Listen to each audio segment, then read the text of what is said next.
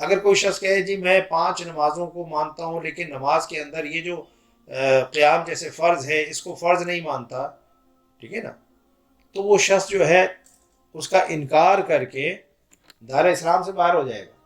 یہ کہے کہ 5 نمازیں نہیں ہیں، میں نمازوں کو مانتا ہوں لیکن 5 نمازوں کو نہیں مانتا، 4 کو مانتا ہوں، ٹھیک ہے نا، تو وہ دار اسلام سے خارج ہو جائے گا۔ حالانکہ ایک ہی چیز کی جو ہے کمی کی ہے نا، جس طرح قرآن نے کہا کہ وَمَنْ قَتَلَ نَفْسًا بِغَيْرِ نَفْسٍ وَفَسَادٍ فِي الْأَرْضِ فَكَأَنَّمَا قَتَلَ النَّاسَ جَمِيعًا، کہ اگر کوئی شخص جو ہے بلا حق جو ہے کسی ایک شخص کو قتل کرتا ہے تو یہ ایسے ہی گویا اس نے پوری انسانیت کو قتل کیا۔ اب ایک قتل کو پوری انسانیت کا قتل قرار دیا جا رہا ہے، کیوں؟ کیونکہ جو شخص ایک شخص کو قتل کر سکتا ہے وہ 2 کو بھی کر سکتا ہے، وہ 10 کو بھی کر سکتا ہے، وہ 100 کو بھی کر سکتا ہے۔ اگر کسی کی شرم، کسی کی حیا، کسی کی جھجک جو ہے وہ اتر گئی ہے اور وہ یعنی کہ اس قسم کی قتل و غارت گری کے اوپر آمادہ ہو گیا ہے، تو پھر سیریل کلر نہیں ہوتے، وہ 1 نہیں 10 نہیں، انہوں نے سوئیوں جو ہے قتل کیے ہوتے ہیں۔ کیوں؟ کیونکہ وہ ڈر اور خوف وہ سب کچھ جو ہے ان سے ختم ہو گیا ہے اور وہ دھیرہ دلیر ہو گئے ہیں، اور بغیر کسی خطرے کے، ڈر کے، یعنی کہ وہ انسانی جان اور خون بہانے کے اوپر آمادہ ہو جاتے ہیں، ایسے ہی جیسے کوئی کسی کیڑے مکوڑے کو مار رہے ہیں، کیونکہ اللہ کا ڈر اور خوف ان سے ختم ہو گیا ہے۔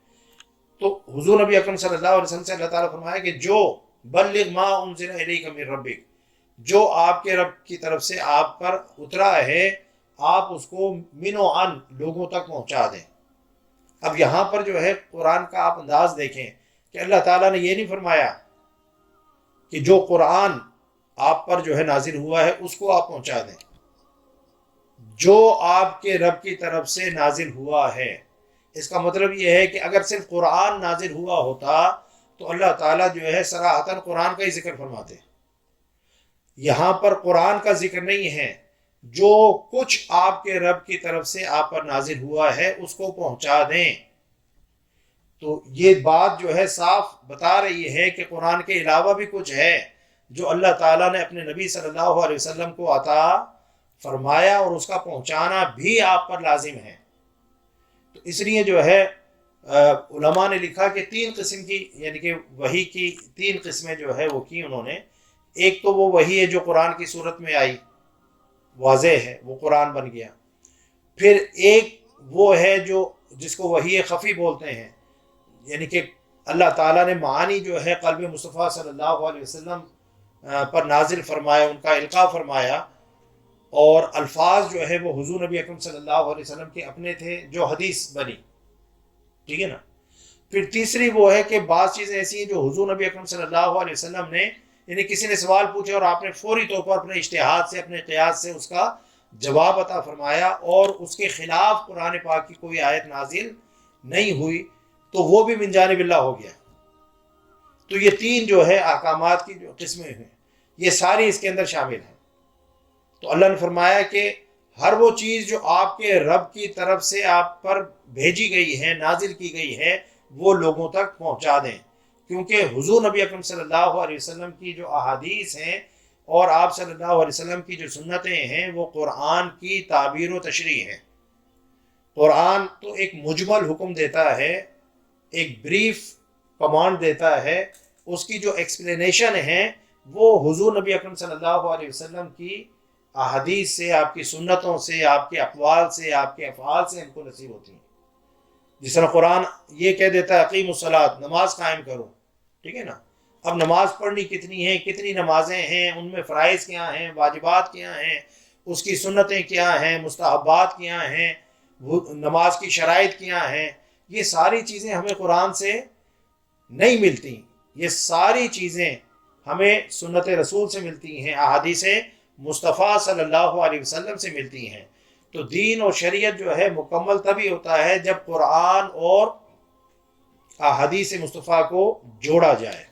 حضور نبی اکرم صلی اللہ علیہ وسلم نے فرمایا کہ ایک وقت آئے گا جب ایک شکم سیر، پیٹ بھرا ہوا شخص جو ہے یہ بات کہے گا کہ ہمارے لیے قرآن ہی کافی ہے، جو قرآن میں اللہ نے حکم دیے وہ ہمارے لیے کافی ہے، جس کو قرآن نے جو ہے حلال کیا ہے وہ ہمارے لیے حلال ہے، جس کو حرام کیا ہے وہ ہمارے لیے حرام ہیں. آپ نے فرمایا حالانکہ جس چیز کو میں حرام کہتا ہوں وہ بھی ایسے ہی ہے جیسے قرآن نے حرام کیا، جس کو میں حلال کہتا ہوں وہ بھی ایسے ہی حلال ہے جس طرح قرآن نے کسی چیز کو حلال کیا.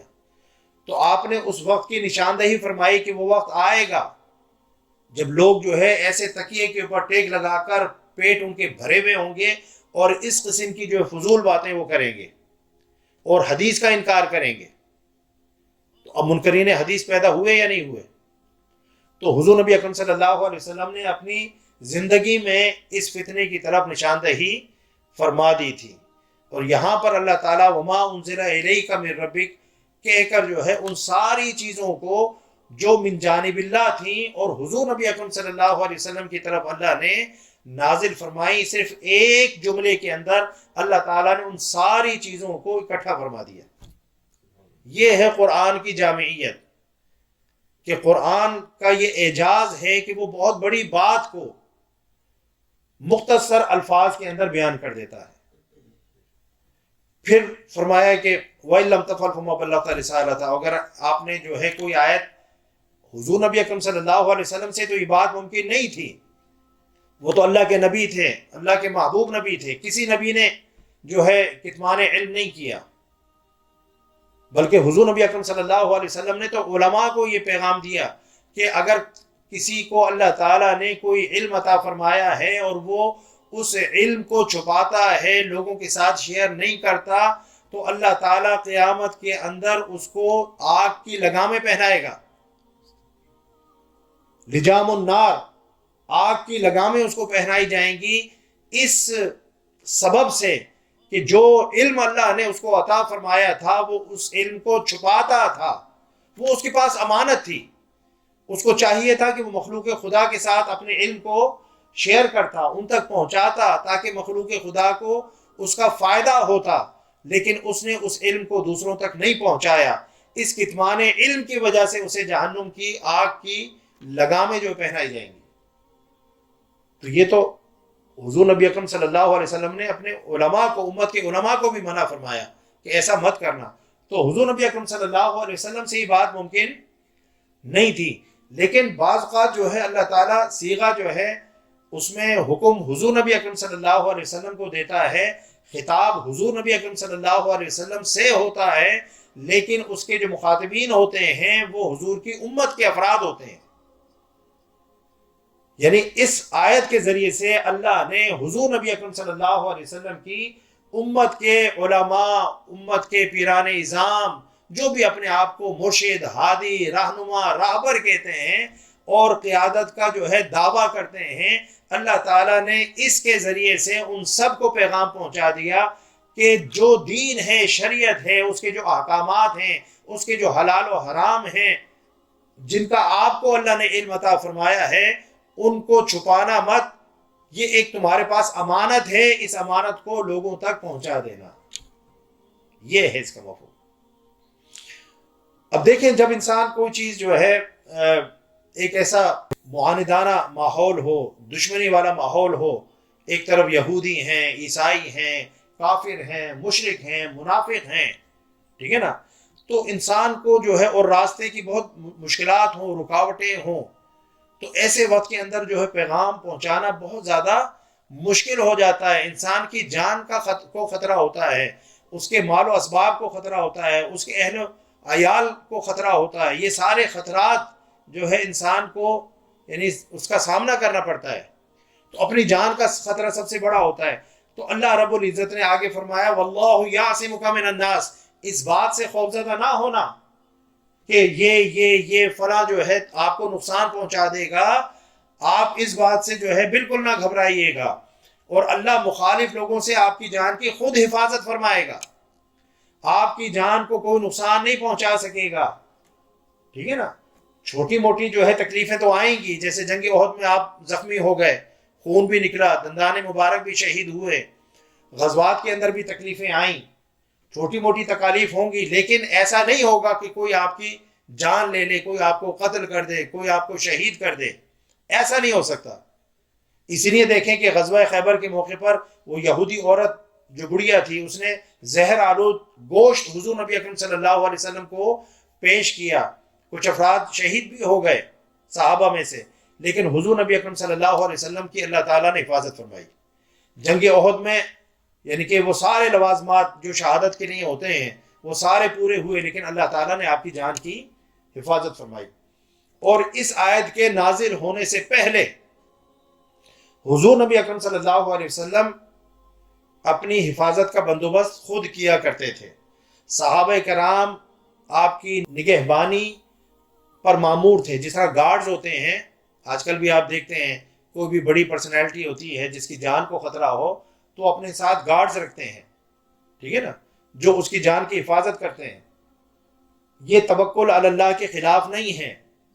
توکل کا معنی یہ نہیں ہے کہ آپ کی جان کو خطرہ ہے اور آپ بالکل جو بے پرواہ ہو کر بازاروں کے اندر پھرتے رہیں کہ جناب ٹھیک ہے زندگی موت اللہ کے ہاتھ میں ہے، اگر موت آنی ہوگی تو آ جائے گی اور زندگی ہوگی تو میں بچ جاؤں گا۔ نہیں، یہ توکل نہیں ہے۔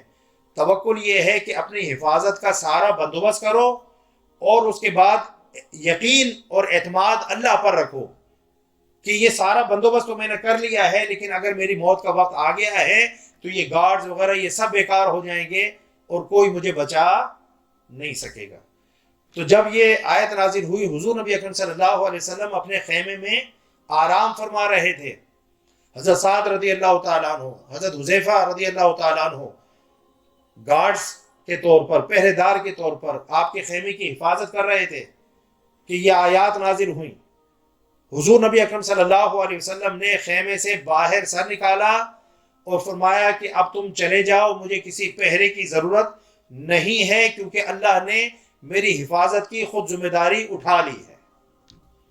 اس دن کے بعد سے، جب سے یہ آیت نازل ہوئی، حضور نبی اکرم صلی اللہ علیہ وسلم نے پھر اپنے گارڈ کے طور پر، پہرے دار کے طور پر کسی کو اپنے ساتھ نہیں رکھا۔ لیکن ڈیفینیٹلی یہ وعدہ اللہ کا جو ہے صرف اپنے نبی کے ساتھ تھا نا، اپنے محبوب کے ساتھ تھا۔ ہم تو عام انسان ہیں، تو اگر کسی کی جان کو خطرہ ہو، تھریٹ ہو، کوئی ملک کا وزیر اعظم ہے، صدر ہے، کوئی منسٹر ہے، کوئی دینی شخصیت ہے جس کو جو ہے جس کے دوست بھی ہیں دشمن بھی ہیں، تو اگر وہ اپنی حفاظت کے لیے گارڈز وغیرہ رکھتے ہیں تو یہ دین، شریعت، توکل علی اللہ اس کے خلاف نہیں ہے۔ ان اللہ لا یہدی القوم الکافرین، بے شک اللہ کافروں کو راہ ہدایت نہیں دکھاتا۔ تو جس نے ایک تہیہ کر لیا ہے کہ میں نے جو ہے یعنی کہ شیطانی راستے پر ہی چلنا ہے اور اس کا نفس اس کو جو ہے برے کاموں پر اکساتا ہے اور برے راستے پر چلاتا ہے، تو پھر ایسے لوگوں کو ہدایت نہیں ملتی۔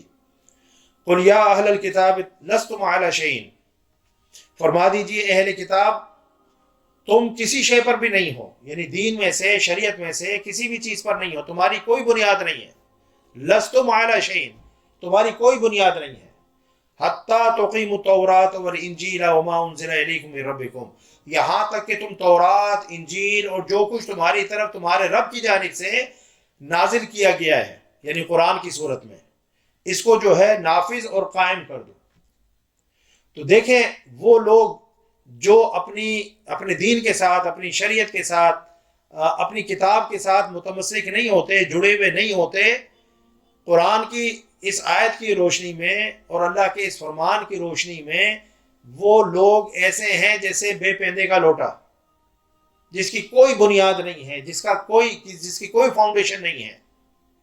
آپ کی جو بنیاد ہے وہ آپ کا دین ہے، آپ کی پہچان وہ آپ کا دین ہے، آپ کی کتاب ہے، آپ کی شریعت ہے۔ اس کے ساتھ آپ جڑے رہیں گے تو آپ کے اعمال کی بنیاد جو ہے مضبوط ہو گئی اور اس پر اعمال کی ایک آپ خوبصورت عمارت تعمیر کر سکتے ہیں۔ لیکن بنیاد نہیں ہوگی تو پھر عمارت بھی تعمیر نہیں ہوگی۔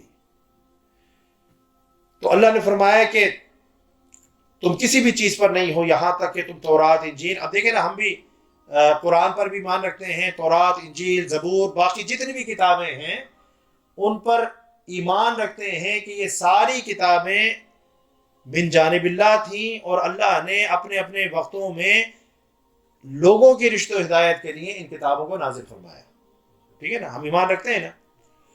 تو اسی طریقے سے جو ہے تورات، انجیل کے اوپر ایمان رکھنا، اور چونکہ اب قرآن آ گیا ہے، حضرت محمد مصطفیٰ صلی اللہ علیہ وسلم اللہ کے آخری نبی اور پیغمبر بن کر آ گئے ہیں، اس لیے اب بخشش اور نجات اسی صورت میں ممکن ہے جب چاہے یہودی ہوں، عیسائی ہوں، بت پرست ہوں، کافر ہوں، مشرک ہوں، وہ قرآن پاک کے ساتھ متمسک ہو جائیں، قرآن پر ایمان لے آئیں اور قرآن کی تعلیمات پر عمل پیرا ہو جائیں۔ پھر اللہ نے فرمایا وَلَا يَزِيدَنَّ كَثِيرًا مِّنْهُمْ مَا أُنزِلَ إِلَيْكَ مِن رَّبِّكَ طُغْيَانًا وَكُفْرًا فَلَا تَأْسَ عَلَى الْقَوْمِ الْكَافِرِينَ۔ اور اے حبیب، جو کتاب آپ کی طرف آپ کے رب کی جانب سے نازل کی گئی ہے، یقیناً ان میں سے اکثر لوگوں کو حسداً سرکشی اور کفر میں بڑھا دے گی، یعنی یہ ایمان نہیں لائیں گے، ان کا جو حسد ہے اور ان کا جو کفر ہے وہ ان کی یعنی کہ سرکشی کو اور بڑھا دے گا، ان کا حسد ان کی سرکشی کو اور کفر کو اور بڑھا دے گا، یہ ایمان نہیں لائیں گے کیونکہ آپ سے حسد کرتے ہیں۔ ایک ہوتا ہے کہ انسان لا علمی کے اندر کوئی گناہ کرے، اور ایک وہ شخص ہے جو جان بوجھ کر گناہ کرے، دانستہ گناہ کرے، دونوں میں فرق ہے یا نہیں؟ اللہ تعالیٰ نے ان کی کتابوں میں اتنی وضاحت کے ساتھ حضور نبی اکرم صلی اللہ علیہ وسلم کی ذات اور صفات کی نشانیاں بیان کر دی تھیں، ان کے پیدائش کے شہر کی، جہاں وہ ہجرت کر کے جائیں گے، ہر چیز کی اللہ رب العزت نے اتنی واضح طور پر جو ہے یعنی کہ نشانیاں بیان فرما دی تھیں ان کی کتابوں کے اندر، کہ وہ یعنی حضور نبی اکرم صلی اللہ علیہ وسلم کو اس طرح سے جانتے اور پہچانتے تھے جس طرح ہم سورج کو دیکھ کر کہتے ہیں یہ سورج ہے، بالکل واضح طور پر۔ لیکن حسد تھا، جگہ جگہ پر قرآن نے یہی بات کی ہے کہ اس حسد کی وجہ سے انہوں نے جو ہے حضور نبی اکرم صلی اللہ علیہ وسلم کی نبوت اور رسالت پر ایمان نہیں لائے۔ تو یہ جو حسد ہے نا اور تکبر، یہ دونوں چیزیں انسان کو ذلیل و رسوا کرتی ہیں۔ سب سے پہلے حسد کس نے کیا؟ شیطان نے کیا۔ سب سے پہلے تکبر کس نے کیا؟ شیطان نے کیا۔ تو حسد کرنا، تکبر کرنا، یہ شیطانی صفات ہیں۔ تو جو شخص بھی حسد میں مبتلا ہوگا یا تکبر کا شکار ہوگا وہ جنت میں نہیں جائے گا۔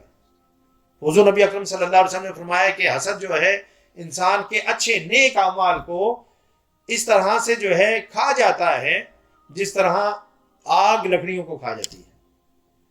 اور تکبر کے بارے میں فرمایا کہ جس کے دل میں رائی کے دانے کے برابر بھی تکبر ہوگا وہ شخص جنت میں نہیں جائے گا، وہ جہنم میں جائے گا۔ تو یہ جو حسد تھا انہوں نے حضور نبی اکرم صلی اللہ علیہ وسلم پر ایمان لانے سے روک دیا، ان کے تکبر نے روک دیا کہ جی ہم تو 4000 سال سے جو ہے نبوت و رسالت ہمارے درمیان رہی ہے، اللہ نے ہمیں علم عطا فرمایا، حکمت عطا فرمائی، مال و دولت سے نوازا، ہمیں بادشاہت عطا فرمائی، ہمیں اپنے دور کے لوگوں پر جو ہے فضیلت عطا فرمائی، ٹھیک ہے نا؟ تو اس وجہ سے جو ہے ان کے اندر تکبر آ گیا۔ حالانکہ علم جو ہے وہ تکبر نہیں پیدا کرتا، علم نافع وہ تکبر نہیں پیدا کرتا، وہ انسان کے اندر عاجزی اور انکساری پیدا کرتا ہے۔ جس طرح درخت ہو، اس کے اوپر پھل لگے تو پھر وہ جھکتا چلا جاتا ہے، تو اگر جس درخت کے اوپر پھل نہ لگے ہوں تو وہ اکڑا رہتا ہے، اس کی شاخیں کھڑی رہتی ہیں کیونکہ اس کو پھل نہیں لگا ہوا۔ تو جس پر اللہ کا کرم ہو، جس پر اللہ کا فضل ہو، جس کو اللہ نے علم کی یعنی کہ دولت عطا فرمائی ہو، علم نافع کی دولت عطا فرمائی ہو، وہ اسی درخت کی مانند ہو جاتا ہے جس کے اوپر پھل لگے ہوئے ہوتے ہیں، اور جتنا جس درخت کے اوپر پھل زیادہ ہوتا ہے وہ درخت اتنا ہی زیادہ جھکا ہوا ہوتا ہے۔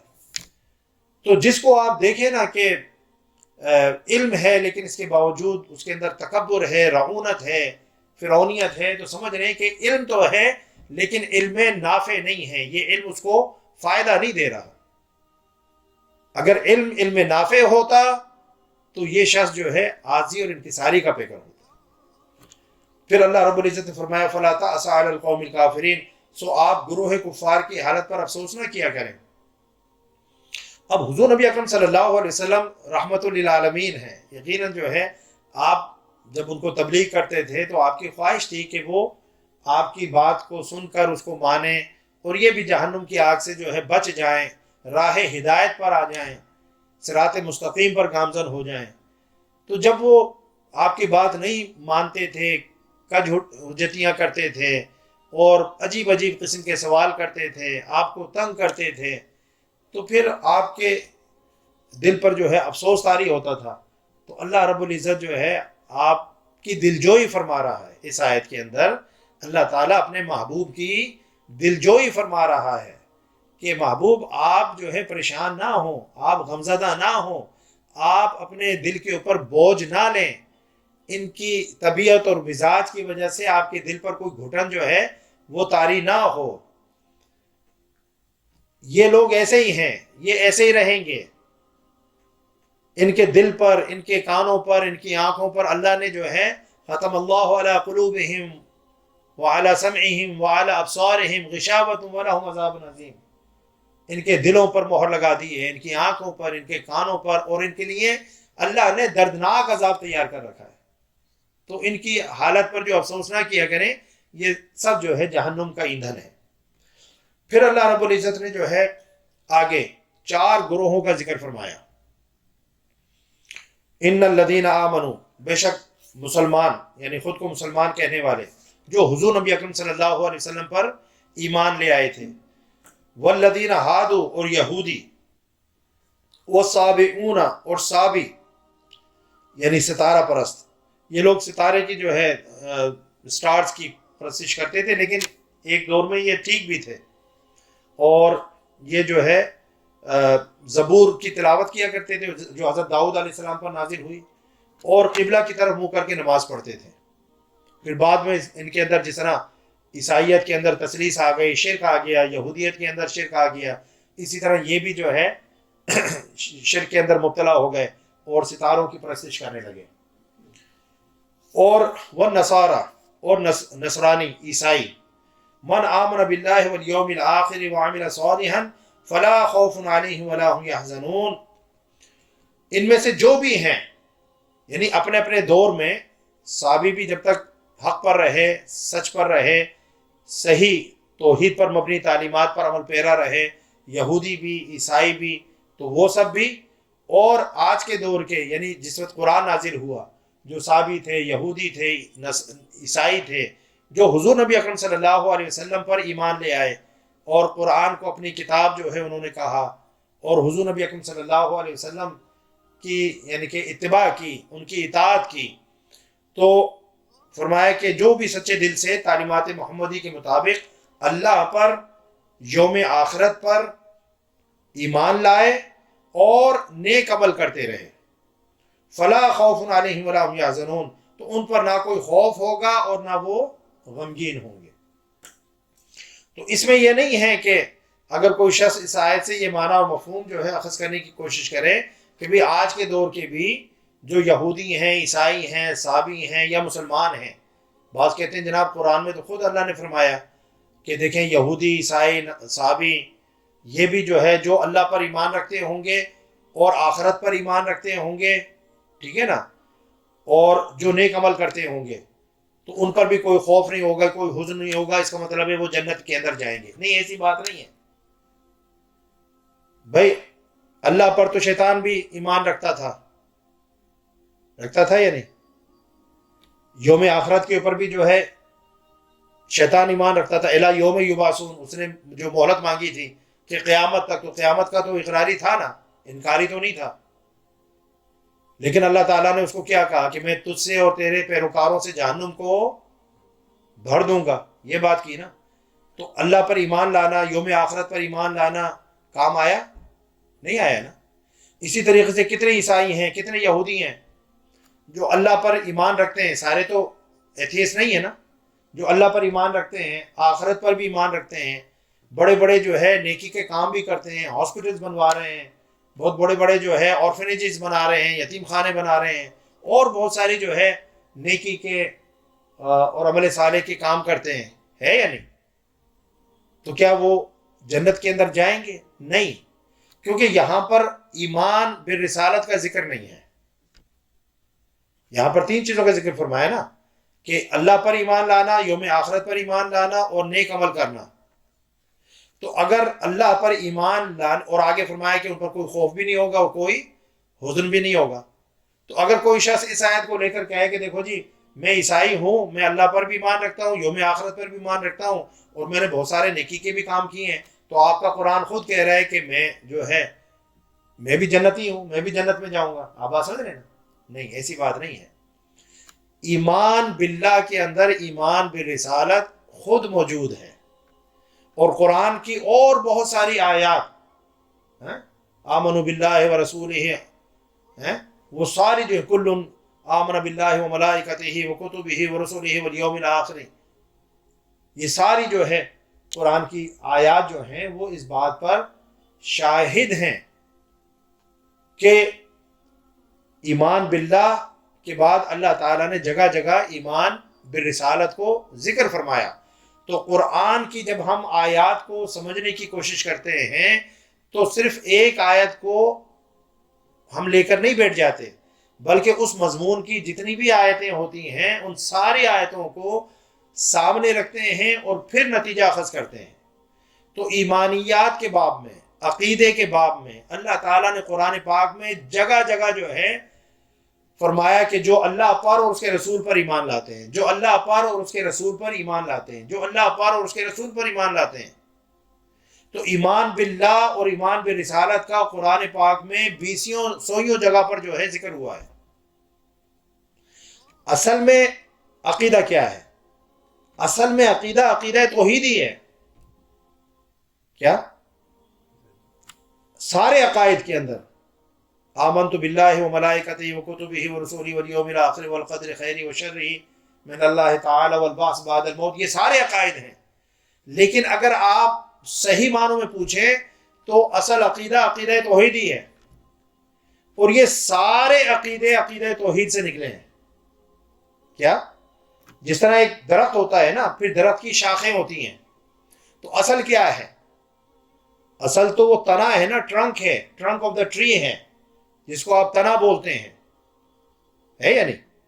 پھر اس کی شاخیں ہوتی ہیں، لیکن وہ شاخیں بھی اس اصل کا جو ہے حصہ ہوتے ہیں۔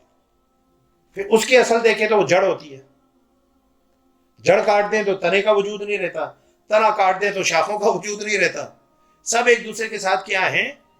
کنیکٹڈ ہیں۔ تو عقیدہ توحید سارے عقائد کی ماں ہے، سارے عقائد کی اصل ہے، سارے عقائد کی بنیاد ہے، کیونکہ عقیدہ توحید کیا ہے؟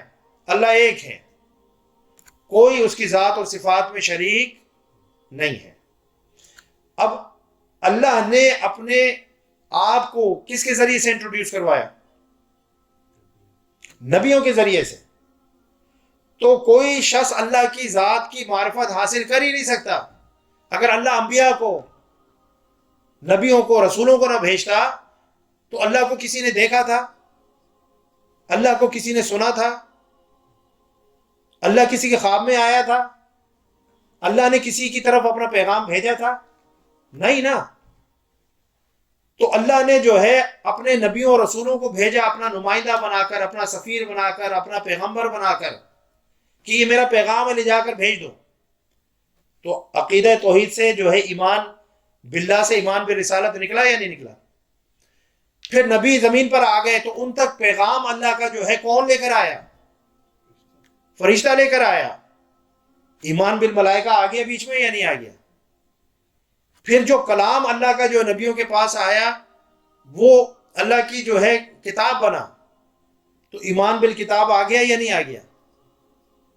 ہے یا نہیں؟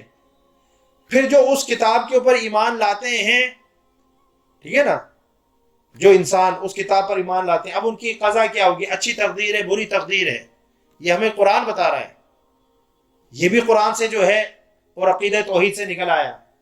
مرنے کے بعد دوبارہ زندہ ہونا ہے، اللہ کی بارگاہ میں جا کر حساب کتاب دینا ہے، یہ ساری باتیں ہمیں جو ہے انبیاء سے اور اللہ کی نازل کردہ کتابوں سے پتہ لگتی ہیں۔ جگہ جگہ پر ہم پڑھ رہے ہیں نہیں پڑھ رہے کہ کیا ہوگا، مرنے کے بعد کیا ہوگا، کہاں جانا ہے، پلٹ کر کدھر تم آؤ گے، پھر تمہارا حساب کتاب ہوگا، جنہوں نے نیک اعمال کیے ہوں گے ان کے ساتھ یہ معاملہ ہوگا، جو گناہ آلود زندگی گزارتے رہے ہوں گے ان کے ساتھ یہ معاملہ ہوگا۔ یہ ساری باتیں، یہ جنت ہے، یہ دوزخ ہے، یہ اچھے اعمال کا یہ صلہ ہے، برے اعمال کا یہ سب اللہ تعالیٰ نے قرآن پاک میں بیان فرمایا یا نہیں فرمایا؟ اور بار بار اللہ تعالیٰ جو ہے عقیدہ توحید کی بات کر رہا ہے یا نہیں کر رہا؟ تو سارے عقائد جو ہیں وہ عقیدہ توحید سے نکلے ہیں، ٹھیک ہے نا؟ تو یہاں پر بھی ایمان باللہ کا جو ذکر کیا ہے، ایمان بالرسالت اس کے اندر موجود ہے۔ جو نبی جس کی آج شریعت چل رہی ہے اور قیامت تک چلتی رہے گی، وہ ہیں حضرت محمد مصطفیٰ صلی اللہ علیہ وسلم۔ اب کوئی شخص اللہ پر ایمان لا کر مومن نہیں بن سکتا۔ اگر ایمان لانا ہے اور مومن بننا ہے، اور ایسا ایمان جو معتبر ہو، جس طرح اللہ تعالیٰ نے فرمایا نا کہ ایسا ایمان لاؤ، یعنی کہ صحابہ کرام کے بارے میں جو ہے ارشاد فرمایا کہ ان کے مثل ایمان لے کر آؤ تو تم ہدایت یافتہ بن جاؤ گے۔ فقد اہتدوا، اگر جو ہے فَإِنْ آمَنُوا بِمِثْلِ مَا آمَنْتُمْ بِهِ فَقَدْ اهْتَدَوْا، کہ اگر یہ مثل صحابہ ایمان لے کر آئے تو ہدایت پا جائیں گے۔ تو صحابہ کس پر ایمان لائے تھے؟ پہلے کس پر ایمان لائے تھے؟ حضور اکرم صلی اللہ علیہ وسلم کو مانا نا، اللہ کے آپ نبی ہیں، اللہ کے آپ آخری نبی ہیں، اللہ کے آپ محبوب نبی ہیں۔ حضور اکرم صلی اللہ علیہ وسلم کے ہاتھ پر بیعت اسلام کی، ایمان قبول کیا، اور حضور کی معرفت سے اور حضور کے ذریعے سے اللہ کی معرفت اور اللہ پر ایمان انہوں نے قبول کیا، یہ تھا نا۔ تو اللہ کیا فرما رہا ہے؟ جس طرح میرے نبی کے صحابہ ایمان لائے ہیں، اگر ان کے مثل تم ایمان لائے تو ہدایت یافتہ ہو جاؤ گے۔ اور اگر تم نے ایسے ہی کوئی جو ہے دوسرا راستہ اختیار کیا کہ بھئی اللہ کو تو ہم مانتے ہی ہیں نا، آخرت کو بھی مانتے ہیں اور باقی نبیوں کو بھی مانتے تھے، تو ایک نبی کو نہیں مانا تو کیا ہوا؟ تو جس طرح ہم نے پہلے پڑھا کہ اللہ اپنے نبی سے فرما رہا ہے کہ اگر ایک آیت کی تبلیغ آپ نے نہیں کی اور نہیں پہنچائی تو یہ ایسے ہی ہے جیسے کسی بھی آیت کو نہیں پہنچایا۔ تو گروہ انبیاء میں سے اگر کسی ایک نبی پر بھی ہم ایمان نہ لائیں تو یہ ایسے ہی ہو جائے گا جیسے کسی بھی نبی پر ایمان نہیں لے کر آئے۔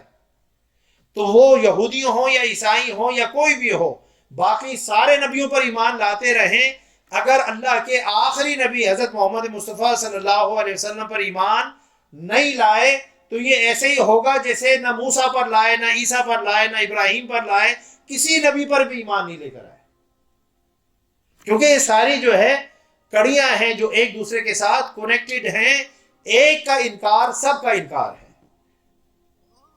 اب دیکھیں ہم قرآن میں تو جو ہے 25 ایک نبیوں کا ذکر ہے، کچھ انبیاء کا ہمیں جو ہے تورات اور انجیل سے پتہ لگ جاتا ہے، ٹھیک ہے نا۔ اب 1,24,000 کم و بیش نبی اور رسول ہیں، سب کے نام تو ہمیں جو ہے نہیں پتا،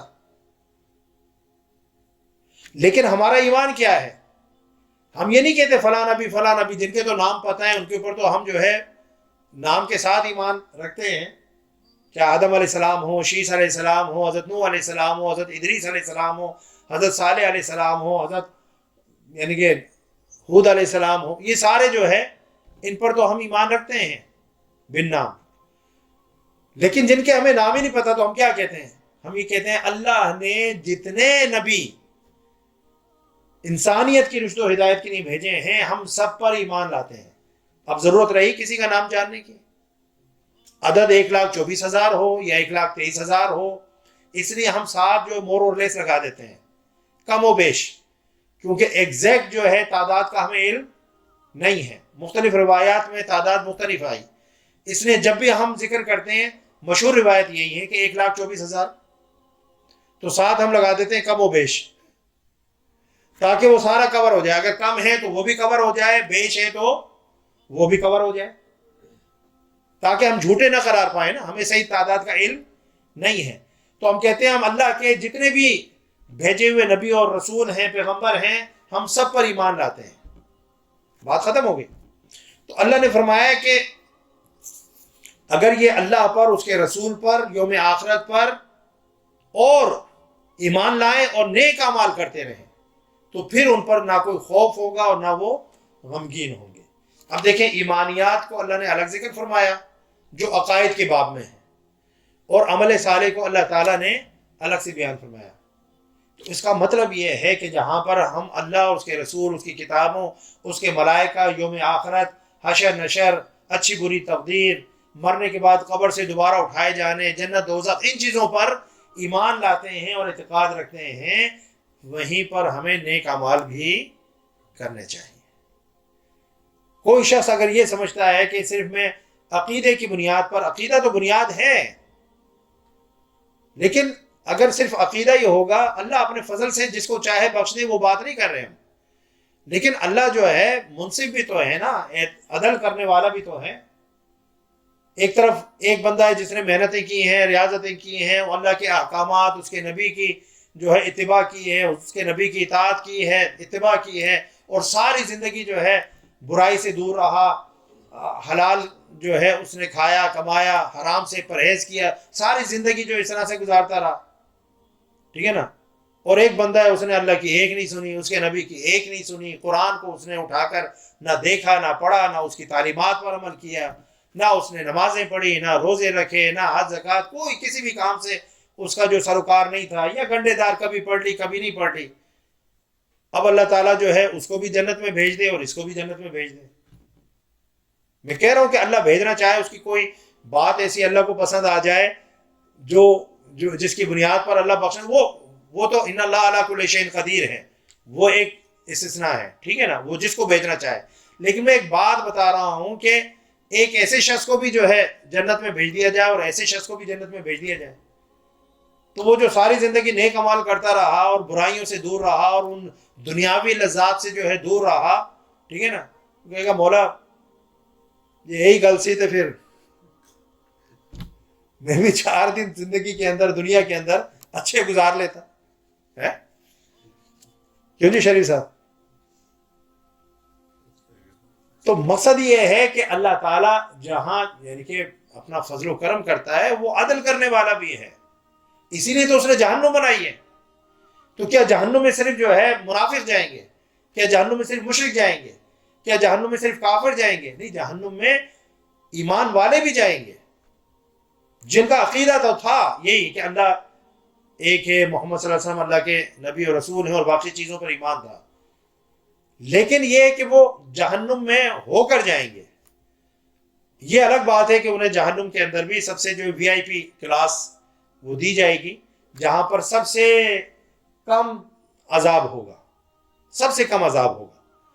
لیکن سب سے کم عذاب جو ہے، جو حدیث میں آتا ہے، وہ یہ ہے کہ اللہ تعالیٰ جو ہے اس شخص کو جس کو سب سے کم عذاب دیا جائے گا، اس کو آگ کے جو ہے جوتے پہنائے گا۔ کیا؟ آگ کے شوز اس کو پہنائے جائیں گے، اور اس آگ کے شوز کی تپش سے جو ہے اس کا جو دماغ ہے وہ اس طرح سے کھولے گا۔ یہ سب سے کم سزا ہوگی۔ اب آپ اندازہ کیجئے کہ آگ کے آپ شوز پہنے تو دماغ تک اس کی حرارت پہنچ رہی ہے، تو وہ ساری جو حرارت پورے جسم سے ہو کر ہی دماغ تک پہنچے گی نا۔ تو آپ دیکھیں کہ جسم کا کون سا حصہ ہے جو اس آگ کی تپش اور حرارت سے محفوظ رہے گا۔ یہ کم سے کم جو ہے عذاب ہے جو اللہ تعالیٰ، جی یہ وی آئی پی عذاب ہے جو سب سے کم یعنی کسی بندے کو ملے گا۔ تو اللہ تعالیٰ ہمیں جہنم کی آگ سے محفوظ فرمائے، اور اللہ تعالیٰ ہمیں نیک اعمال کی توفیق عطا فرمائے۔ پھر اللہ تعالیٰ فرمائے کہ لقد اخذنا میثاق بنی اسرائیل وارسلنا الیہم رسولا، بے شک ہم نے بنی اسرائیل سے عہد بھی لیا اور ہم نے ان کی طرف بہت سے پیغمبر بھی بھیجے۔ عہد کے متعلق ہم پڑھ چکے ہیں، اللہ تعالیٰ نے بار بار جو ہے بنی اسرائیل سے عہد لیے، وعدے لیے کہ تم ہمیشہ جو ہے اللہ کے احکامات کی تعمیل کرو گے اور اس کے بھیجے گئے پیغمبروں کی جو ہے عزت کرو گے، احترام کرو گے، ان کا کہا مانو گے، دین کے راستے پر، شریعت کے راستے پر چلو گے، ایک دوسرے کو قتل نہیں کرو گے، ایک دوسرے کو جو ہے اپنے ملکوں سے نکالو گے نہیں، دین اور شریعت کے احکامات پر عمل کرو گے۔ سارے وعدے جو ہے اللہ تعالیٰ نے بنی اسرائیل سے ان کے انبیاء کے ذریعے سے لیے۔ کلما جاءہم رسول بما لا تہوی انفسہم فریقا کذبوا وفریقا یقتلون، لیکن ہوا کیا؟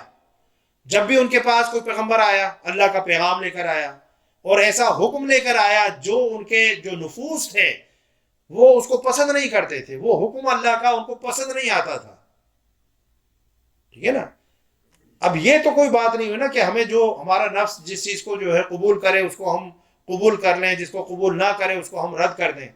جب اللہ کو ہم نے اپنا خدا مان لیا کہ وہ ہمارا پیدا کرنے والا بھی ہے، وہ ہمیں رزق دینے والا بھی ہے، وہ ہماری ظاہری اور باطنی جو ہے ضروریات کو پورا کرنے والا ہے، اور کوئی نعمت ایسی نہیں ہے جو ہمارے پاس آ رہی ہو اور وہ اس کی طرف سے نہ ہو، ٹھیک ہے نا، تو پھر تو ہمیں اس کا ہر حکم ماننا چاہیے، اس میں پک اینڈ چوز نہیں ہونا چاہیے۔ لیکن یہ جو بنی اسرائیل کے لوگ تھے یہ اتنے ضدی تھے، اتنے ہٹ دھرم تھے، اور اتنی جو ہے ان کی نفس کے اندر شرارت تھی کہ اللہ کے نبی آتے تھے، پیغام لے کر آتے تھے، حکم لے کر آتے تھے، جس بات کو ان کا نفس جو ہے پسند کرتا تھا اس کو جو ہے لے لیتے تھے، اور جس بات کو، جس حکم کو ان کے نفس نہیں چاہتے تھے تو انہوں نے انبیاء کی جو ہے ایک دماغ کو جھٹلایا بھی، ان کی تکذیب کی، ان کو نہیں مانا۔ جس طرح حدیث پاک میں آیا کہ یعنی کہ قیامت کے اندر ایسے نبی بھی آئیں گے ان کے ساتھ جو ہے صرف ایک ہی ان کا ماننے والا ہوگا، ایسے بھی نبی ہوں گے کسی نے بھی نہیں مانا ہوگا، کسی کے ساتھ 2 ہوں گے، کسی کے ساتھ 3 ہوں گے، کسی کے ساتھ 10 ہوں گے، کسی کے ساتھ 20 ہوں گے، لیکن سب سے زیادہ گروہ انبیاء کے اندر جس کی امت ہوگی وہ حضرت محمد مصطفیٰ صلی اللہ علیہ وسلم ہے۔ تو انہوں نے کیا کیا؟ تو بعض چیزوں کو، بعض انبیاء کو انہوں نے جو ان کی تکذیب کر دی، جھٹلا دیا، ان پر ایمان نہیں لے کر آئے، وہ فریقاً یقتلون، اور کچھ کو جو ہے انہوں نے قتل کر دیا۔ حضرت زکریا علیہ السلام کو قتل کیا، حضرت یحییٰ علیہ السلام کو قتل کیا۔ حضرت یحییٰ علیہ السلام نے کیا کہا تھا؟ ایک برائی سے روکا تھا نا، تو وہ جو بادشاہ کی جو معشوقہ تھی جو اس کے ساتھ جو ہے برائی کا ارتکاب کر رہی تھی، اس نے جب دیکھا کہ یحییٰ نے جو ہے میرے خلاف باتیں کی ہیں اور مجھے روکا ہے، تو وہ غصے میں آ گئی، برانگیختہ ہو گئی۔ اس نے کہا کہ میں بادشاہ سے کہا کہ میں تجھ سے اس وقت تک راضی نہیں ہوں گی جب تک تو یحییٰ کا سر کاٹ کر میرے سامنے پیش نہیں کرے گا۔ تو بادشاہ اس کی محبت میں اتنا یعنی کہ گرفتار تھا کہ اس نے حضرت یحییٰ علیہ السلام کا سر قلم کروایا اور ایک تشت کے اندر آپ کا سر رکھ کر جو ہے اپنی اس محبوبہ کو پیش کیا۔ یہ جو ہے بنی اسرائیل کے لوگ انبیاء بنی اسرائیل سے کرتے رہے یہ سلوک۔ کیا غلطی تھی، کیا ایسی بات کہتی تھی؟ ایک برائی سے روکا تھا، اور اس بات سے جو ہے برنگیختہ ہو کر اور غصے ہو کر اس بادشاہ نے حضرت یحییٰ علیہ السلام کو جو ہے وہ قتل کروا دیا۔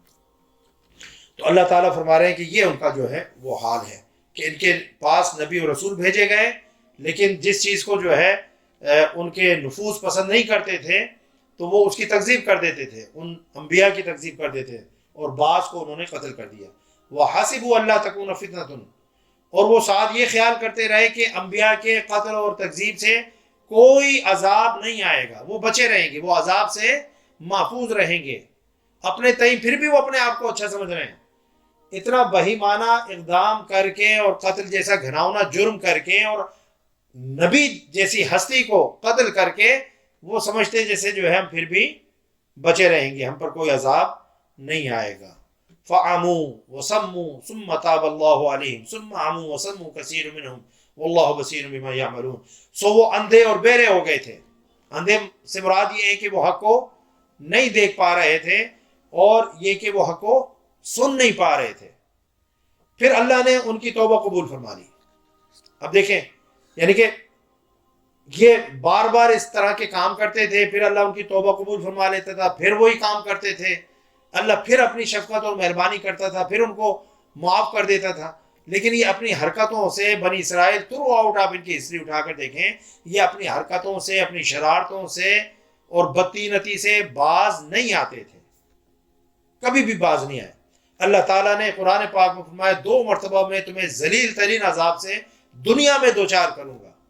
ایک مرتبہ بخت نصر آیا، اس نے یعنی کہ بیت المقدس کو تہس نہس کر دیا، ان کے ٹیمپل کو جو توڑ دیا، ان کے جو ہے گھروں کو مسمار کر دیا، جتنے وہ قتل کر سکتا تھا قتل کر دیے، باقیوں کو غلام بنا کر جو ہے وہ اپنے ساتھ یہاں پر بابل میں لے آیا، اور وہاں پر لا کر اس نے جو ہے ایک بستی آباد کی۔ شہر کے اندر وہ اس نے آنے کی اجازت نہیں دی، غلاموں کی طرح ان کو وہاں پر رکھا۔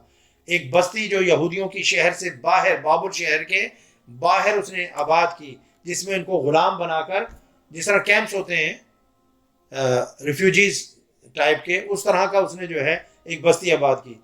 اس کا نام ان یہودیوں نے تل ابیب رکھا تھا اس دور میں، جو آج بھی اسرائیل کا ایک شہر ہے تل ابیب.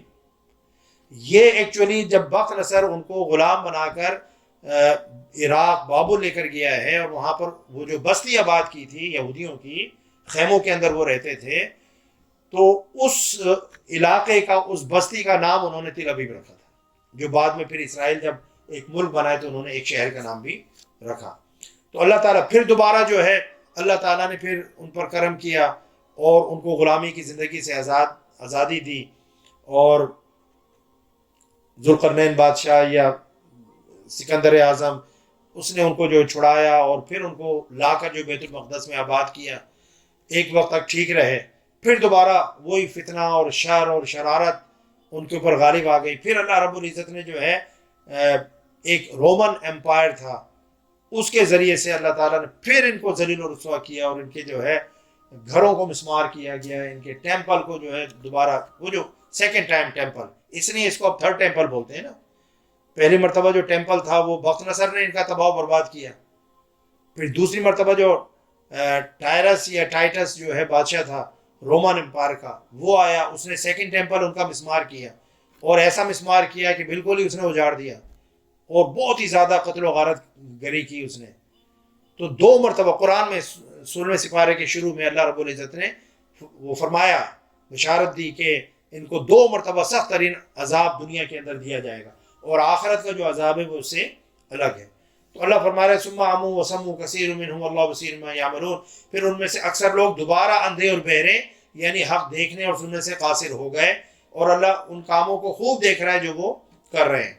پھر اللہ نے فرمایا کہ اب یہ تو تھے یہودی بنی اسرائیل کے، اب بنی اسرائیل میں سے ہی عیسائی بھی بنی اسرائیل میں سے تھے، لیکن یہودی حضرت عیسیٰ علیہ السلام کو بنی اسرائیل میں سے نہیں مانتے تھے، کیونکہ حضرت مریم علیہ السلام پر تہمت لگاتے تھے، ان پر نعوذ باللہ بدکاری کا الزام لگاتے تھے، اور اس کے ذریعے سے حضرت عیسیٰ علیہ السلام کی پیدائش مانتے تھے. عیسائیوں کو تو اسلام کا شکر گزار ہونا چاہیے، احسان مند ہونا چاہیے کہ اسلام نے آ کر حضرت مریم علیہ السلام کی پاک دامنی کی تصدیق کی کہ وہ پاک دامن تھی، اور حضرت عیسیٰ علیہ السلام کی جو ولادت تھی وہ موجزانہ ولادت تھی، بغیر باپ کی ولادت تھی. حضرت مریم علیہ السلام جو ہے کنواری تھی، ورجن تھی، ان کی کسی کے ساتھ شادی نہیں ہوئی. اللہ رب العزت نے موجزانہ طور پر اپنی قدرت کے اظہار کے طور پر حضرت مریم علیہ السلام کو حاملہ کیا، اور ان کے ذریعے سے جو ہے پھر حضرت عیسیٰ علیہ السلام کی ولادت ہوئی. تو ہمارے مسلمانوں کا عقیدہ یہ ہے. تو عیسائیت کو، عالم عیسائیت کو، مسلمانوں کا، اسلام کا شکر گزار ہونا چاہیے کہ ہم نے، اسلام نے، قرآن نے جو ہے حضرت عیسیٰ علیہ السلام کی، یعنی کہ ان کی والدہ کی پاک دامنی کی صداقت کی جو ہے گواہی دی، اور حضرت عیسیٰ علیہ السلام مصلوب نہیں ہوئے، قتل نہیں ہوئے، ان کو آسمانوں کے اندر اللہ تعالیٰ نے معجزتاً اٹھا لیا، اور یہ کہ وہ دوبارہ تشریف لائیں گے، یہ بھی جو ہے قرآن ہی اس کی تصدیق کر رہا ہے. اب وہ کہتے ہیں کہ اب انہوں نے کیا کیا، ظلم کیا کیا عیسائیوں نے، کہ حضرت عیسیٰ علیہ السلام کو، یعنی کہ وحدت کا ایک تصور ہے اور ایک جزو، یعنی اتحاد اللہ کے ساتھ کہ ایک ہی ہیں، اور دوسرا عقیدہ یہ ہے کہ 3 ہیں اور ہر 3 ایک دوسرے کا جز ہے. تو اس میں جو ہے آیت میں کہا کہ اللہ ہی مسیح ابن مریم ہے، یہ وحدت کا ہے. ان کا ایک فرقہ تھا جو وحدت کا تصور رکھتا تھا کہ عیسیٰ اور اللہ جو ہے وہ ایک ہی ہے، عیسیٰ ہی اللہ ہے اور اللہ ہی عیسیٰ ہے، کوئی دوئی نہیں ہے. یہ وحدت کا تصور تھا. تو اللہ تعالیٰ نے فرمایا، اور دوسرا تثلیث کا تھا کہ عیسیٰ روح القدس اللہ، یا عیسیٰ مریم اور اللہ، 3 جو ہے تثلیث، ٹرینٹی. تو اللہ نے فرمایا کہ لقد کفر الذین، در حقیقت ایسے لوگ کافر ہو گئے ہیں، قالو، جنہوں نے کہا کیا، ان اللہ هو المسیح ابن مریم، کہ اللہ ہی مسیح ابن مریم ہے، یہ وحدت کا عقیدہ ہے، ٹھیک ہے نا، اللہ ہی مسیح ابن مریم ہے، یعنی اللہ جو ہے بشری لبادے کے اندر زمین پر اتر آیا، آسمانوں سے خداوند قدوس بشری پیکر کے اندر خود جو ہے یعنی کہ عیسیٰ علیہ السلام کے اندر حلول کر گیا اور زمین کے اوپر اتر آیا۔ تو عیسیٰ زمین پر چلتے پھرتے خدا ہی تھے، اللہ ہی تھے، اللہ ہی عیسیٰ ابن مریم ہے، یہ وحدت کا جو ہے نظریہ ہے۔ لیکن اللہ تعالیٰ جو ہے، اب دیکھیں حضرت عیسیٰ علیہ السلام پر یہ الزام تھا نا، یہ عیسائیوں کا الزام تھا جو حضرت عیسیٰ علیہ السلام پر لگاتے تھے کہ اللہ ہی عیسیٰ ابن مریم ہے۔ اللہ رب العزت نے اپنے عیسیٰ کی صفائی پیش کی کہ عیسیٰ کیا تھے، اور عیسیٰ جو ہے کیا کہا کرتے تھے اپنے پیروکاروں سے، اپنے جو ہے متبعین سے، اپنے حواریوں سے، اپنے جانثاروں سے۔ حضرت عیسیٰ علیہ السلام کیا کہا کرتے تھے؟ کیا حضرت عیسیٰ علیہ السلام نے کبھی یہ کہا کہ وہ خدا ہیں، وہ الہ ہیں یا جزو الہ ہیں؟ نہیں، حضرت عیسیٰ علیہ السلام کا کبھی بھی یہ دعویٰ نہیں تھا، حضرت عیسیٰ علیہ السلام کی کبھی یہ تعلیم نہیں تھی۔ ایک اور جگہ پر قرآن پاک میں اللہ نے فرمایا کہ حضرت عیسیٰ علیہ السلام سے جو ہے اللہ تعالیٰ پوچھے گا کہ کیا تم نے اپنے پیروکاروں کو یہ کہا تھا کہ تم اور تمہاری ماں جو ہے وہ خدا ہیں؟ تو حضرت عیسیٰ علیہ السلام فرمائیں گے کہ مولا تو جانتا ہے کہ میں اس طرح کی بات کہنے سے بری ہوں، میں نے کبھی بھی یہ بات نہیں کہی، ٹھیک ہے نا، تو بہتر جانتا ہے۔ اللہ تعالیٰ جو حضرت عیسیٰ علیہ السلام کا قول بیان فرما رہے، وقال المسیح، حالانکہ مسیح نے تو یہ کہا تھا، کیا کہا تھا؟ یا بنی اسرائیل اعبدوا اللہ ربی و ربکم، کہ اے بنی اسرائیل تم اللہ کی عبادت کرو جو میرا بھی رب ہے اور تمہارا بھی رب ہے۔ تو حضرت عیسیٰ علیہ السلام جو ہے خود کو رب نہیں کہہ رہے، اپنی عبادت کرنے کو نہیں کہہ رہے، اپنے آپ کو تو اللہ کا بندہ کہہ رہے ہیں، اور کہہ رہے ہیں کہ اس کی عبادت کرو جو میرا بھی رب ہے اور تمہارا بھی رب ہے۔ تو اگر وہ خود رب ہوتے تو کہتے ہیں کہ بھئی میں رب ہوں، میری عبادت کرو۔ وہ تو کہہ رہے ہیں کہ اس کی عبادت کرو جو میرا بھی رب ہے اور تمہارا بھی رب ہے۔ تو اس کا مطلب کیا ہوا کہ حضرت عیسیٰ علیہ السلام نے کبھی یہ نہیں کہا کہ وہ رب ہے، وہ الہ ہے۔ آپ بات سمجھ رہے ہیں؟ اِنَّهُ مَن يُشْرِكْ بِاللَّهِ، بے شک جو اللہ کے ساتھ جو ہے شرک کرے گا، فقد حرم اللہ علیہ الجنہ، ابھی حضرت عیسیٰ علیہ السلام کا قول اللہ نقل فرما رہا ہے کہ جو اللہ کے ساتھ شرک میں مبتلا ہوگا، کہے گا کہ عیسیٰ جو ہے اللہ کے بیٹے ہیں یا جزو الہ ہیں یا وحدت الہ کی بات کرے گا، تو یہ شرک ہے، اور جو شرک کرے گا فقد حرم اللہ علیہ الجنہ، تو یقیناً اللہ نے اس پر جنت حرام فرما دی ہے۔ مشرک کبھی بھی جنت میں نہیں جائے گا، شرک کرنے والا کبھی بھی جنت میں داخل نہیں ہوگا۔ پھر فرمایا وَمَأْوَاهُ النَّارُ، اور اس کا ٹھکانہ دوزخ ہے۔ بالکل کلیئر اللہ تعالیٰ نے فرما دیا کہ جو شرک کرے گا وہ جنت اس پر حرام کر دی گئی ہے، اور اس کا ٹھکانہ کیا ہے؟ جہنم ہے۔ وَمَا لِلظَّالِمِينَ مِنْ أَنصَارٍ، اور ظالموں کے لیے کوئی بھی مددگار نہ ہوگا۔ یہ نہ سمجھنا کہ وہاں پر جاؤ گے تو عیسیٰ جو ہے تمہاری شفاعت کریں گے، وہاں پر جاؤ گے تو موسیٰ تمہاری شفاعت کریں گے، وہاں پر جاؤ گے تم جو ہے کیونکہ دنیا میں کہتے رہے ہو کہ ہم اللہ کے محبوب ہیں، اللہ کے جو ہے مقرب ہیں، تو اللہ تمہاری جو ہے کوئی بات سنے گا؟ نہیں نہیں نہیں، تمہاری کوئی بات نہیں سنی جائے گی، اور تمہارے لیے کوئی سفارشی بن کر اللہ کی بارگاہ میں کھڑا نہیں ہوگا۔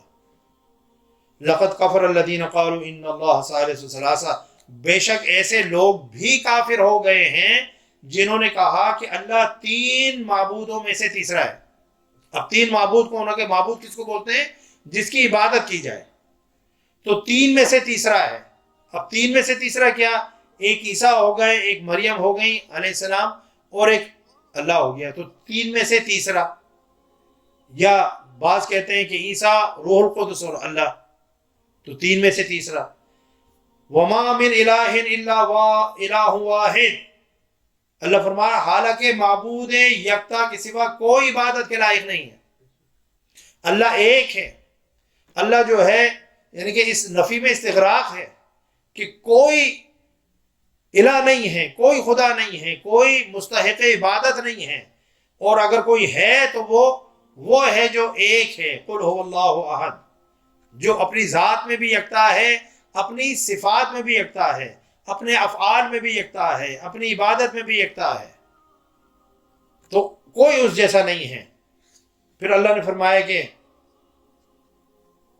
وَإِن لَّمْ يَنْتَهُوا عَمَّا يَقُولُونَ، اور اگر وہ ان بیہودہ باتوں سے جو وہ کہہ رہے ہیں کہ بھئی تین میں سے تیسرا یا وحدت ذات کی بات کر رہے ہیں، تو جو یہ بیہودہ باتیں کرتے ہیں عیسائی، اللہ تعالیٰ نے فرمایا کہ لَيَمَسَّنَّ الَّذِينَ كَفَرُوا مِنْهُمْ عَذَابٌ أَلِيمٌ، اگر وہ ان باتوں کو کہنے سے باز نہ آئے جو یہ بیہودہ باتیں کر رہے ہیں، تو ان میں سے کافروں کو دردناک عذاب ضرور پہنچے گا۔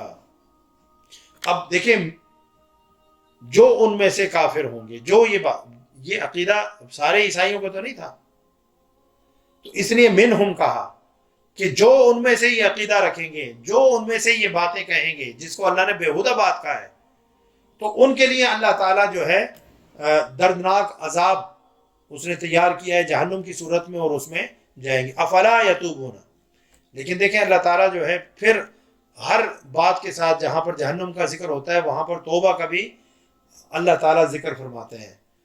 افلا یتوبون الی اللہ ویستغفرون، کیا یہ لوگ اللہ کی بارگاہ میں رجوع نہیں کرتے اور اس سے مغفرت طلب نہیں کرتے؟ واللہ غفور الرحیم، حالانکہ اللہ بڑا بخشنے والا اور بہت رحم فرمانے والا ہے۔ یعنی ان ساری غلطیوں، کوتاہیوں، خطاؤں اور گناہوں کے باوجود اور ان بیہودہ عقائد کے باوجود اگر وہ اللہ کی بارگاہ میں رجوع کر لیتے اور اللہ سے مغفرت طلب کرتے، تو اللہ فرما رہا ہے کہ وہ اللہ کو بڑا بخشنے والا اور بڑا رحم کرنے والا پاتے ہیں۔ دیکھیں اللہ کتنا جو ہے وسیع ہے، اس کا یعنی کہ اس کی رحمت کتنی وسیع ہے کہ وہ جتنا بڑے سے بڑا گناہ ہو، اب یہ تو شرک تھا نا، یعنی شرک کر کے بھی اگر اس کے اندر ندامت ہو جائے اور وہ اپنے اس گناہ سے تائب ہونا چاہے، تو اس کے لیے بھی توبہ کے دروازے کھلے ہوئے ہیں۔ حالانکہ اللہ فرما رہا ہے ان الشرک لظلم عظیم، بے شک شرک جو ہے وہ بہت بڑا ظلم ہے، اس سے بڑا ظلم کوئی نہیں ہے۔ لیکن اگر کوئی شخص سچے دل سے توبہ کر کے نادم ہو کر اللہ کی بارگاہ کی طرف رجوع کر لے اور استغفار کرے، تو اللہ تعالیٰ جو فرما رہا ہے کہ وہ مجھے بڑا غفور الرحیم پائے گا۔ تو یہاں سے یعنی کہ ایک امید پیدا ہوتی ہے گناہ گاروں کو کہ کبھی بھی جو ہے اللہ کی رحمت سے مایوس مت ہو،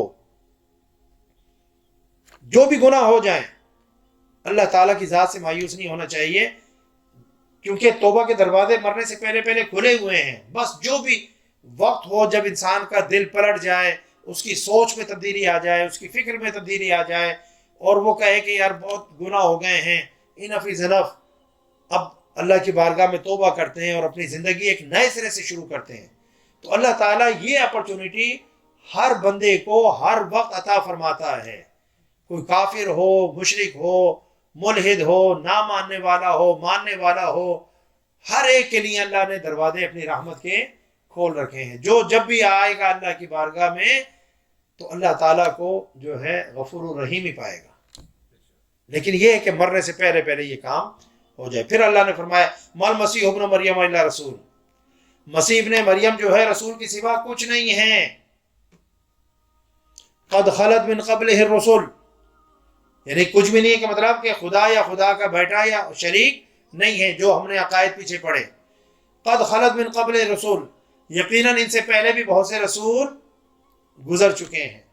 یعنی اللہ تعالیٰ بتا رہا ہے کہ حضرت عیسیٰ علیہ السلام وہ اللہ کے نبی ہیں، رسول ہیں، اور نبی اور رسول ان سے پہلے بھی آئے ہیں، پیدا ہوئے تھے، ایک وقت تک جو ہے لوگوں کے درمیان رہے، جو پیغام اللہ نے ان کو مخلوق تک پہنچانے کے لیے متعین کیا تھا، مبعوث کیا تھا، وہ پیغام انہوں نے پہنچایا۔ جب ان کا وقت پورا ہو گیا وہ اس دنیا سے چلے گئے۔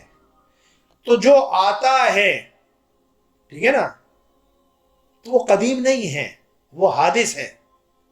جو جاتا ہے وہ باقی نہیں ہے، وہ فانی ہے۔ اور یہ دونوں جو صفات ہیں وہ اللہ کی نہیں ہیں۔ اللہ حادث بھی نہیں ہے اور اللہ فانی بھی نہیں ہے۔ تو حضرت عیسیٰ علیہ السلام پیدا ہوئے تو حادث تھے، جب آپ کا وصال ہو جائے گا، بھئی آئیں گے تو پھر ایک دن وصال تو ہوگا یا نہیں ہوگا؟ تو جو اس دنیا سے چلا جائے گا وہ فانی ہے۔ تو حادث ہونا، فانی ہونا، یہ اللہ کی ذات کی کے شایع نشان نہیں ہے۔ اللہ قدیم ہے اور اللہ باقی ہے، اللہ قدیم ہے اور اللہ باقی ہے۔ تو یہ جملہ کہہ کر اللہ تعالیٰ نے جو ہے دلیل دے دی کہ حضرت عیسیٰ علیہ السلام وہ خدا نہیں ہیں، نہ خدا جیسے ہیں، نہ جزو خدا ہیں، نہ خدا کا حصہ ہیں، ٹھیک ہے نا؟ وہ اللہ کے بندے تھے، نبی تھے، رسول تھے، صاحب شریعت رسول تھے، اللہ نے ان کو کتاب عطا فرمائی اور اللہ تعالیٰ نے ان کو بہت عظیم معجزات سے نوازا۔ بس یہی ہے، یہی باتیں جب مسلمانوں نے پہلی مرتبہ ہجرت کی حبشہ کی طرف، اور پھر مشرکین مکہ نے بھی اپنا وفد بھیج دیا کہ بھی مسلمان جو ہے آرام سے سکون سے کیوں رہ رہے ہیں، ان کو تنگ کرو۔ جو نجاشی بادشاہ ہے اس کے کان بھرو جا کر، وہ بڑے تحفے طائف لے کر گئے، جو ان کے وزراء تھے بادشاہ سے ملنے سے پہلے ان وزراء کو تحائف دیے، پادریوں کو تحائف دیے، لوگوں کو اپنا ہم خیال بنانے کی جو ہے وہ کوشش کی، تاکہ جب بادشاہ تک جو ہے رسائی ہو تو یہ سب ہماری حمایت کریں، سپورٹ کریں۔ تو نجاشی بادشاہ کے سامنے گئے، دربار میں جو ہے نجاشی بادشاہ نے ان کو بلا لیا، انہوں نے جو ہے طرح طرح کے جو ہے آپ کے پاس جی پناہ لے لی ہے، وہاں سے بھاگ کر آئے ہیں، یہ ہے ہمارے آباء و اجداد کے دین کو برا کہتے ہیں، یہ کہتے ہیں، وہ کہتے ہیں، اس طرح کی جو ہے، اور ایک نیا دین ایجاد کر لیا ہے، نئی باتیں کرتے ہیں، اور ہمارے لوگوں کو جو ہے انہوں نے پوائزنس کر دیا ہے، ورغلایا ہے، ان کی یعنی کہ برین واش ان کا کیا ہے، اس طرح کے الزامات جو ہے وہاں پر جا کے لگائے۔ نجاشی نے جو ہے وہ جو مسلمان گئے تھے ان کو بھی بلا لیا، حضرت جعفر بن ابی طالب جو حضور اکرم صلی اللہ علیہ وسلم کے چچا زاد بھائی تھے، وہ کھڑے ہو گئے وہاں پر، اور انہوں نے ایک ایک سوال کا جو ہے وہ جواب دیا، اور پھر سورہ مریم کی جو ہے تلاوت کر کے پھر ان کا جی حضرت مریم کے بارے میں یہ عقیدہ رکھتے ہیں، حضرت عیسیٰ علیہ السلام کے بارے میں یہ کہتے ہیں، تو انہوں نے جو ہے سورہ مریم کی تلاوت کی۔ نجاشی بادشاہ سنتا جاتا تھا، روتا جاتا تھا، اور اس نے کہا کہ جو تم نے کہا ہے، جو تلاوت کی ہے، یہ بالکل کلام ویسا ہی ہے جیسے عیسیٰ علیہ السلام پر نازل ہوا تھا، اور یہ کہ جو کچھ اس میں کہا گیا ہے عیسیٰ اس سے جو ہے رتی برابر بھی نہ زیادہ ہے نہ کم ہے۔ باتیں ختم ہو گئی۔ تو حضرت عیسیٰ علیہ السلام جو ہیں ان سے پہلے نبی رسول یہ سارے آئے ہیں، آ کر اپنا میسیج دے کر چلے گئے ہیں۔ تو عرض میں یہ کر رہا تھا کہ جو حادث ہوتا ہے، جو فانی ہوتا ہے، وہ خدا نہیں ہوتا، یہ خدا کی شان نہیں ہے۔ تو یہ رد کر دیا اللہ تعالیٰ نے اس آیت کے ذریعے سے، ان کے اس دعوے کو حضرت عیسیٰ علیہ السلام اللہ کا جز ہیں یا وحدت ذات کا جو عقیدہ تھا، ان دونوں عقائد کا رد کر دیا۔ پھر فرمایا کہ وَأُمُّهُ صِدِّيقَةٌ، اور ان کی والدہ بڑی صاحب صدق تھیں، سچی تھیں، ٹھیک ہے نا؟ اب یہاں پر جو ہے مفسرین نے لکھا کہ صدیقہ کے لفظ جو ہے استعمال کیے وَأُمُّهُ، کیونکہ بعض کہتے ہیں کہ وہ نبیہ تھیں، لیکن اللہ رب العزت نے یہاں پر وَأُمُّهُ نبیہ کے لفظ نہیں استعمال کیے، بلکہ فرمایا وَأُمُّهُ صدیقہ، اور صدیقیت جو ہے یہ ولایت کا ایک درجہ ہے۔ یا ایھا الذین آمنوا اطیعوا اللہ واطیعوا الرسول، وہ جو چار جو گروہ یعنی گروہ کا ذکر فرمایا، انعم اللہ علیہم من النبیین والصدیقین والشہداء والصالحین وحسن اولئک رفیقا ذلک الفضل من، تو نبیوں کا گروہ، صدیقین کا، شہداء کا، صالحین کا۔ تو سارے مفسرین نے لکھا کہ سب سے اوپر جو ہے جو رینک ہے وہ نبیوں کا ہے۔ تو پہلا گروہ جو انعام یافتہ لوگ ہیں وہ اللہ کے نبی ہیں، رسول ہیں۔ پھر جو صدیق، شہداء، صالحین، یہ جو تین درجے بیان کیے ہیں، یہ سارے درجے، یہ تینوں درجے ولایت کے درجے ہیں، کیونکہ نبوت کا جو سب سے اونچا درجہ ہے وہ اللہ نے سب سے پہلے بیان فرما دیا۔ اس کے بعد جو تین درجے بیان ہوئے ہیں یہ ولایت کے درجے ہیں۔ جو صدیق ہیں وہ بھی ولایت کے ایک درجے میں فائز ہوتے ہیں، شہداء بھی، صالحین بھی، یہ ولایت کے درجے ہیں۔ تو اللہ رب العزت نے حضرت مریم علیہ السلام کے بارے میں فرمایا وَأُمُّهُ صِدِّيقَةٌ، آپ کی جو والدہ تھیں وہ بڑی صاحب صدق تھیں۔ تو بلا شیخ علیہ السلام نے بھی بریکٹ میں لگا ولیہ، وہ ولیہ تھیں، نبیہ نہیں تھیں، کیونکہ اللہ تعالیٰ نے کسی مرد کے علاوہ کسی عورت کو اللہ تعالیٰ نے نہ نبی بنایا نہ رسول بنایا. 1,24,000 کم و بیش انبیاء اور رسولان اعظام کے اندر کوئی عورت نبی یا رسول نہیں تھی. سب جو ہے سب مرد تھے. پھر اللہ رب العزت نے ارشاد فرمایا کانا یاکلان الطعام. اب ایک اور دلیل ان کے خدا یا خدا کا جز نہ ہونے پر اللہ تعالیٰ ایک اور دلیل فراہم کر رہا ہے. کانا یاکلان الطعام، وہ دونوں کھانا بھی کھایا کرتے تھے. اب کھانا کون کھاتا ہے؟ مخلوق کھاتی ہے. اور کھانے کے ساتھ پھر بہت ساری چیزیں جو ہے کنیکٹڈ ہیں. وہ ساری چیزیں، سارے عوارض جو ہیں وہ انسان کے ساتھ، مخلوق کے ساتھ ہوتے ہیں. چلنا پھرنا، سونا جاگنا، اٹھنا بیٹھنا، کلام طعام، یہ ساری چیزیں انسانوں کے ساتھ منسلک ہیں. شادی بیاہ، بیوی بچے، یہ ساری چیزیں انسانوں کے ساتھ ہیں. بس سمجھ آ رہی ہے؟ تو اللہ نے صرف ایک جملہ کانا یاکلان الطعام، وہ دونوں جو ہے کھانا کھایا کرتے تھے. اللہ کھانا نہیں کھاتا. اللہ بھوک سے، کھانے سے، سونے سے، ٹھیک ہے نا، ان تمام چیزوں سے جو ہے وہ پاک ہے. اب جب مخلوق ہوتی ہے تو مخلوق کی زندگی جو ہے کتنی چیزوں پر منحصر ہے، ڈیپینڈنٹ ہوتا ہے. جو مخلوق ہے، جو انسان ہے، وہ ڈیپینڈنٹ ہوتا ہے، وہ انڈیپینڈنٹ نہیں ہوتا. وہ رہنے کے لیے زمین کا محتاج ہوتا ہے. آپ خلا کے اندر رہیں گے، ہوا کے اندر گھر بنائیں گے. آپ گھر بنانے کے لیے، رہنے کے لیے، چلنے کے لیے زمین کے محتاج ہیں. پھر آپ جو ہے جینے کے لیے آکسیجن، ہوا کے محتاج ہیں.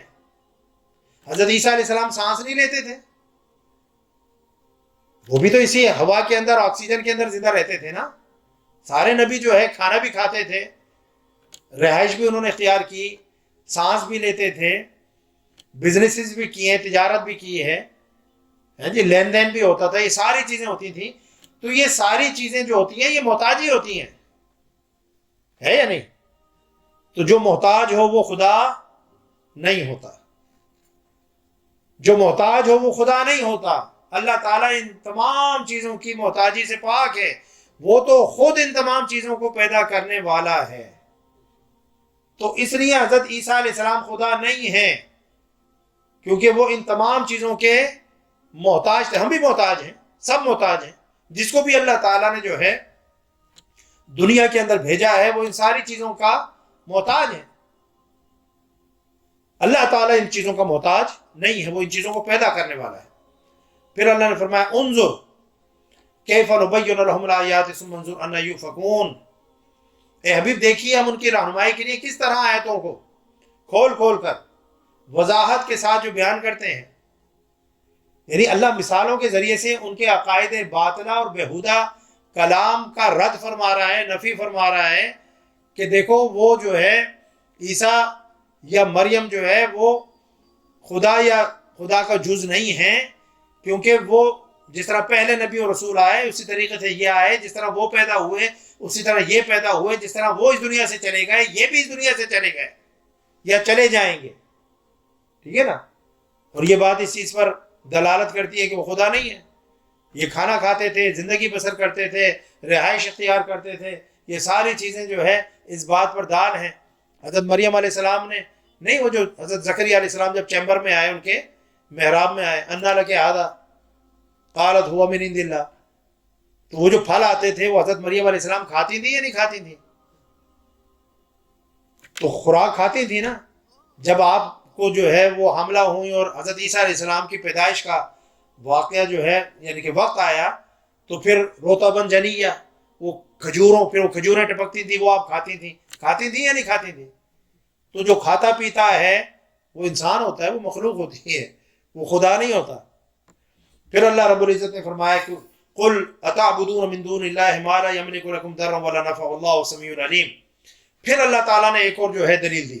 اب یہ تیسری دلیل آ رہی ہے ان کے عقیدہ باطلہ پر، تیسری اس کے رد میں تیسری دلیل آ رہی ہے.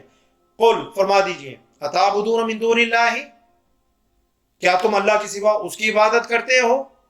چاہے وہ عیسیٰ علیہ السلام کی ہو، مریم علیہ السلام کی ہو، حضرت عزیر علیہ السلام کی ہو، جس کی بھی ہو، کیا تم جو ہے اللہ کے سوا اس کی عبادت کرتے ہو؟ لا یملک لکم ضرا ولا نفع، جو نہ تمہارے لیے کسی نقصان کا مالک ہے نہ نفع کا مالک ہے۔ اب دیکھیں اس آیت میں اشارہ کس طرف ہے کہ نفع اور نقصان پہنچانے والا اور نفع اور نقصان کا حقیقی مالک وہ اللہ کی ذات ہے۔ کس کی ذات ہے؟ تو جو شخص جو ہے نہ بذات کسی کو نفع پہنچا سکتا ہے نہ بذات کسی کو نقصان پہنچا سکتا ہے، اگر وہ نفع پہنچا رہا ہے تو وہ بھی اللہ کے دیے ہوئے تصرف سے، اور کسی کو نقصان پہنچا رہا ہے وہ بھی اللہ کے دیے ہوئے طاقت اور تصرف سے، تو وہ خدا کیسے ہو سکتا ہے؟ وہ تو نفع و نقصان پہنچانے کا بذات مالک ہی نہیں ہے۔ مالک تو خدا ہے، وہ جس کو چاہے یہ اختیار عطا فرما دے۔